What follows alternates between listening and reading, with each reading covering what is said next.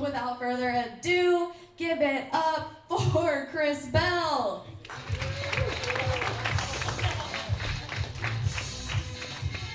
Yes. You meant to hit me with Black Betty? Is that what whoa, yeah. All right. Feeling good. All right, for the 80th time tonight, how we doing, Central Cinema? Yeah. That's what we like to hear. So I was super afraid to come to this show. I just got I haven't done comedy in a few months. I've been kind of, staying at home, and I get a message and they're like, hey, would you like to perform on this show? I was like, absolutely. And then for weeks there was just kind of a vague poster and no other people, there were no names in the event, and I was fairly certain this was a trap to just get me in a central location, and kick the shit out of me. So I'm still not 100% sure that's not what this is.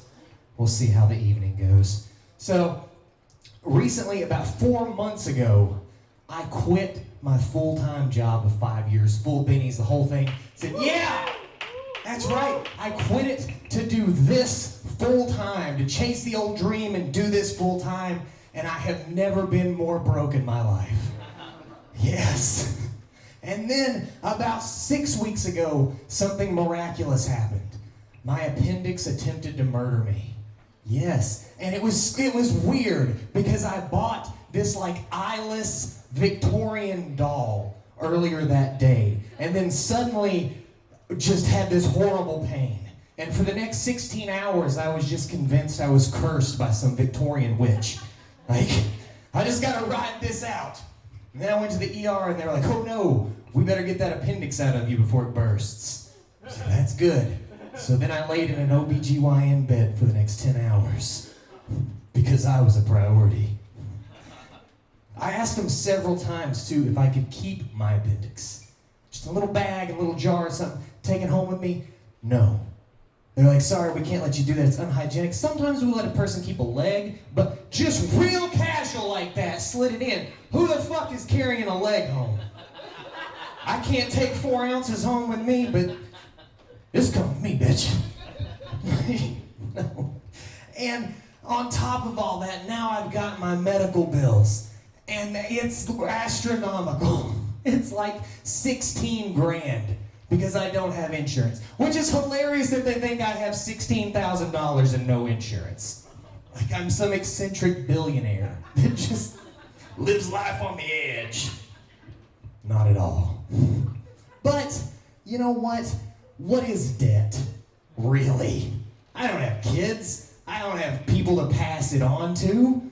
I'm completely alone in life. So at the end of the day, what is debt but a weird little word and a bunch of mean phone calls? Right? When I die, it dies. Ha ha! In a perpetual loop of loneliness. No, so I don't think I would do good with kids. It's more for the child's sake, and no, it's me. I'm way too selfish to have kids. I like doing things when I like to do them and not worrying about what they want to do. And that's traumatizing for children. So you can't do that. You know, how many people in here, do you remember when something happened to you when you were a kid and you didn't realize that it was gonna fuck you up later in life? For me, that was Blue's Clues. Yeah, I used to tune in every week to see what kind of chicanery Steve and Blue were going to get into. I am 30 years old, and I still go outside to get the mail and go, mail time! Here's the mail. It makes me yell. It makes me want to wag my tail. When it comes, I want to yell. Mail? Mail? There's no 90s kids in here. What happened to that? Thanks. And then one day, I don't know, I turned the TV on, and Steve sang, he just packed up all his belongings and sang the So Long song. There's not time for 2 musical numbers in this bit. So Steve just sings the So Long song and walks out. And I was like, that's your house and your dog and all your stuff there. And you just walked out of my life forever like my dad. And then some new guy showed up. like my stepdad. And now when I tell my therapist these problems, he goes, oh, a clue. I'll put it in a notebook. No. Has everybody been having a good quarantine? That's a weird answer. Well, no, you haven't. That fucking sucks. Anybody been learning anything about yourselves? Yeah, right? You get a little frisky with your toothbrush, hit yourself in the back of the throat. Oh. I learned today. How many couples we got in here tonight? No one that's claiming anyone. I can't see. Okay, are there any couples here tonight? Woo! Thank you. Look at that. Be proud of each other. But some of us don't have anyone. So, you live, okay, maybe you're not a couple. Maybe you just live with someone that has long hair, right? And you find their hair everywhere. Like they're marking their fucking territory with it. And so one day, I'm taking a shower. And I find one of my girlfriend's hairs right betwixt my butt cheeks. And I figure, whatever, no big deal, that's cute. I'll pull it out. And I go to pull this hair out and realize something.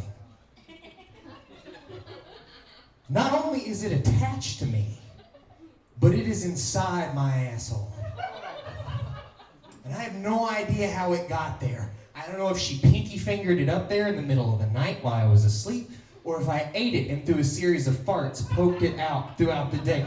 But her hair is not like a little bob. Her hair comes down to here, and about that much of it sticking out of me. So I go to pull this hair out, and a noise came out of me that vocally I've never made before, Central Cinema. I just, hang on.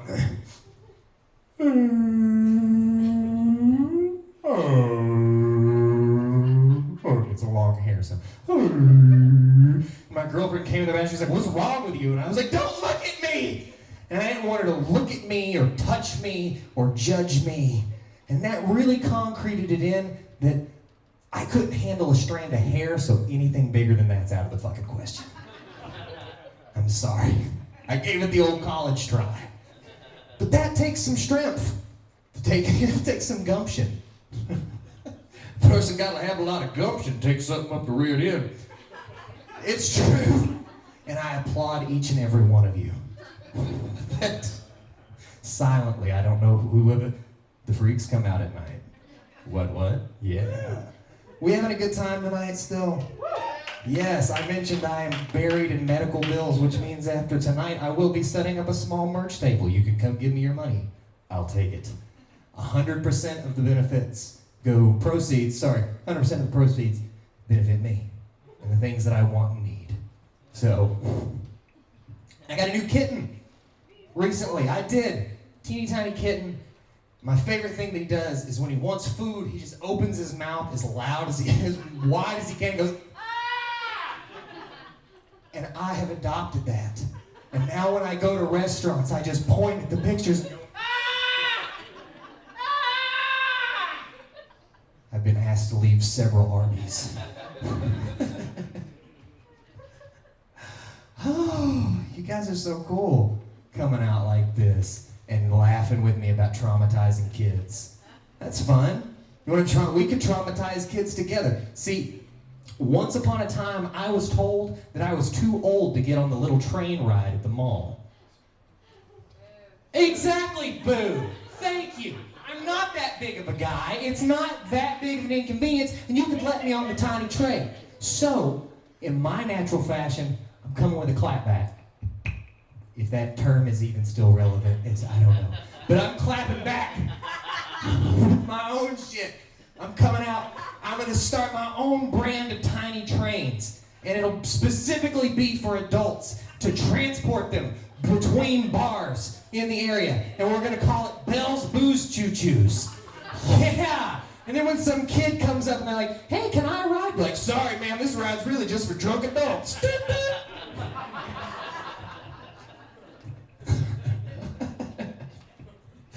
You guys are cool. I like that. I like you being cool. So I love watching things in like music songs that music songs. That sounds like something your grandpa's like, come on back to the bedrooms, kids, let's listen to some music songs. No. I like watching things in music videos that works for artists that would never in a million years work for a normal person. I'm watching a Michael Jackson music video. I'm watching The Way You Make Me Feel. You familiar with this video? No. You guys don't talk at all. That's good. So the way this video starts out, there is a woman walking all by herself through the city streets in the middle of the night. She walks past this group of guys and they all try to holler at her and she's like, She walks past Michael Jackson and he tries to say what's up. She's like, nah, dude. He doesn't take that for an answer. He just stands there and goes, hey! And she fucking stops. He just walks up on her all cool like, doesn't say anything else, just gets this close to her face and then goes, you knocked me off of my feet now, baby! Woo! And she fucking digs it. She's so into it, and they end up making out at the end of the video, and there's this whole fire hydrant scene where water's blowing out of the ground, and I dare any of you cool guys to go out tonight after the show, and it's the first lady you see walking all by herself. Give her a, hey!